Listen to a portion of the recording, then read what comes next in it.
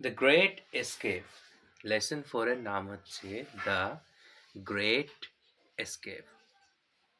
দা মানে হচ্ছে একটি নির্দিষ্ট একটা জিনিস, একটি বা সেই, গ্রেট মানে হচ্ছে মহান, এস্কেপ মানে হচ্ছে পলায়ন বা পালিয়ে যাওয়া, পালিয়ে যাওয়ার পদ্ধতিটা, সেটাকে বলা হচ্ছে এস্কেপ।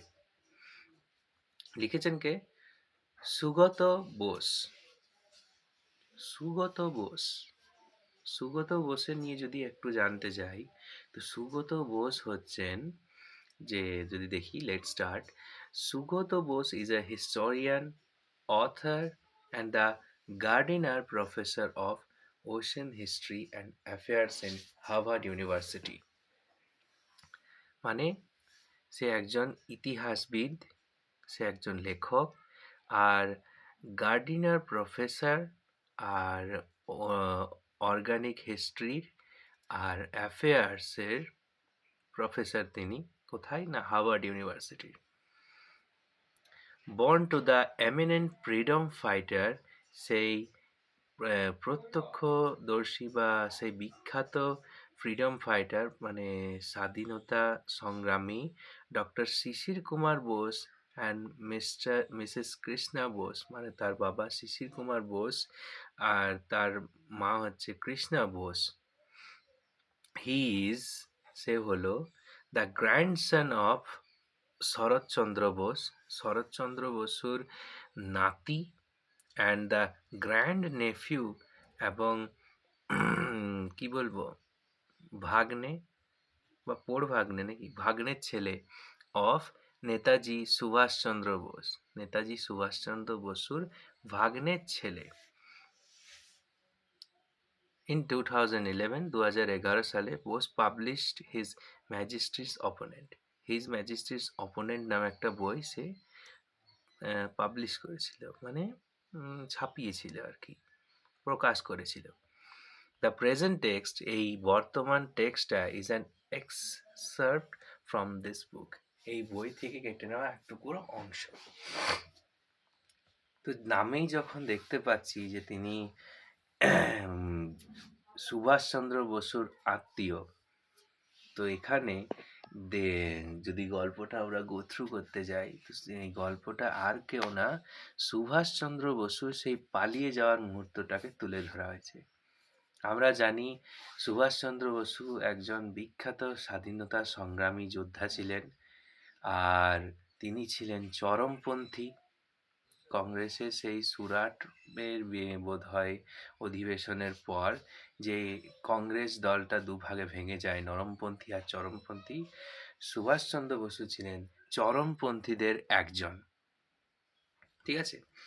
তো সুভাষচন্দ্র বসু যখন নিজের বিপ্লবী ক্রিয়াকলাপে খুবই জড়িয়ে পড়েছিলেন, তখন ব্রিটিশ সাম্রাজ্যের অধীনস্থ যে ভাইসরয়, বা বলা যায় যে যারা মানে দায়িত্ব নিয়ে এই দেশের শাসনভার নিয়েছিলেন, তৎকালীন মানে ভাইসরয়রা বা তৎকালীন ব্রিটিশ সাম্রাজ্যের লোকেরা কি করেছিল না, আমাদের এই যে সুভাষচন্দ্র বসুকে নিজেরই বাড়ি কলকাতার তার বাড়িতেই তাকে নজরবন্দি করে রাখা হয়েছিল, আর সেই অবস্থায় কারোর সঙ্গে সাক্ষাতের মানে পারমিশন বা সাক্ষাতের অনুমতি দেওয়া হয়নি।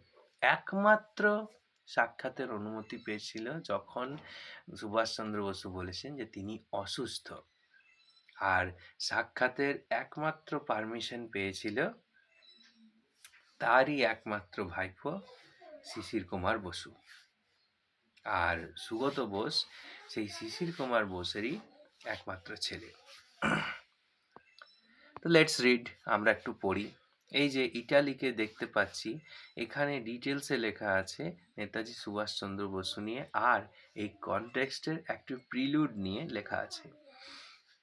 নেতাজি সুভাষচন্দ্র বোস, নেতাজি সুভাষচন্দ্র বসু, বর্ন 23 জানুয়ারি 1897, 1897 সালের 23 জানুয়ারি যিনি জন্মগ্রহণ করেছিলেন, was one of the most famous Indian nationalist leader, যে ছিল ভারতের একমাত্র অন্যতম বিখ্যাত স্বাধীনতা সংগ্রামী লিডার নেতা, হু ফট ফর ইন্ডিয়া, যে ইন্ডিয়ার জন্য ভারতের জন্য লড়াই করে গেছে, ইন্ডিয়ান ইন্ডিপেন্ডেন্স ভারতের স্বাধীনতার জন্য লড়াই করে গেছে ফ্রম ব্রিটিশ রুল, ব্রিটিশ শাসন থেকে। টু দিস পারপাস, এই উপলক্ষে he founded the Indian National Army, INA, Indian National Army সে প্রতিষ্ঠা করেছিল, which included a women's regiment too, যেখানে মহিলারাও যোগ দিয়েছিল।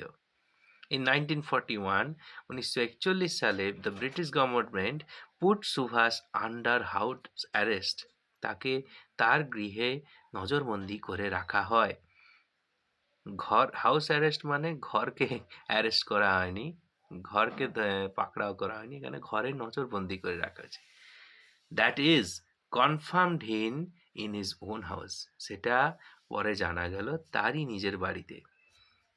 দ্য ফলোয়িং ন্যারেটিভ ডেসক্রাইব, নিচের এই ব্যাখ্যাটা বোঝাবে the exciting and courageous escape of Subhas Bose, Subhas Chandra বসুর সেই উত্তেজনামূলক এবং সাহসিকতায় ভরা সেই পলায়ন নিয়ে।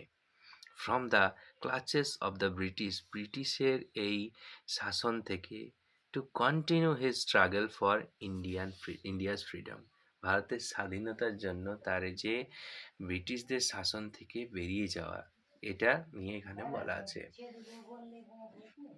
আসল টেক্সট এবার শুরু হবে। লুকিং পেল অ্যান্ড থিন, দেখাচ্ছে শুকনো এবং মানে রোগা। শুকনো, পেল মানে ফ্যাকাশে, একটু ফ্যাকাশে আর শুকনো দেখাচ্ছে। With a bushy half grown beard, একটা মানে লোমে ঢাকা বা বলতে গেলে মোটা হাফ গ্রোন বিয়ার্ড, অর্ধেকটা বেড়ে ওঠা দাড়িতে সুভাষ ওয়াজ রিক্লাইনিং অন হিজ পিলো, তার বালিশে ঠেস দিয়ে বসে আছে। when শিশির, হিজ নেফিউ, যখন শিশির তার ভাইপো, এন্টার সুভাষ বেডরুম, সুভাষের বাড়িতে মানে বিছানার ঘরে ঢুকলো, মানে বাড়িতেই আর কি ঢুকলো। দ্যাট ডিসেম্বর আফটারনুন, সেই ডিসেম্বরের বিকেল বেলায়। Subhash made him sit, Subhash তাকে বসালো টু হিজ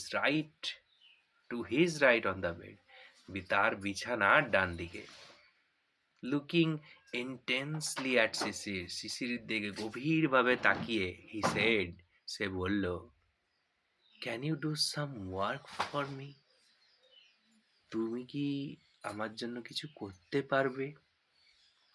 শিশির নডেড, শিশির মাথা নাড়িয়ে হ্যাঁ বলল।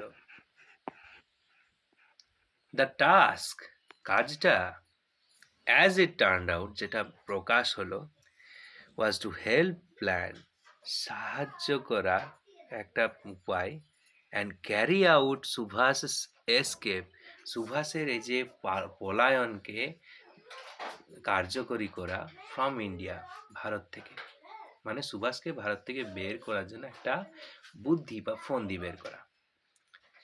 শিশির would have to drive his uncle, শিশিরকে চালিয়ে নিয়ে যেতে হবে তার কাকাকে, in the dead of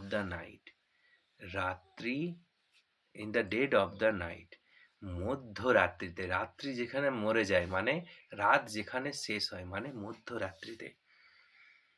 two A railway station, একটা রেলওয়ে স্টেশনে, far away from Calcutta, Kolkata থেকে যেটা অনেক দূরে।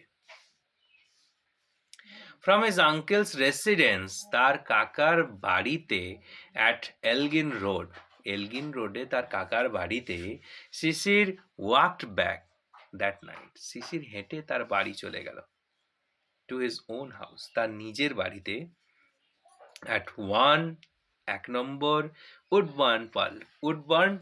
উডবার্নের পার্কে, in a state of wonder and subdued excitement, চাপা উত্তেজনা আর আশ্চর্যকে বুকের মধ্যে চেপে রেখেই। The police were keeping watch on Subhas's house. Police নজর রাখছে সুভাষের বাড়িতে।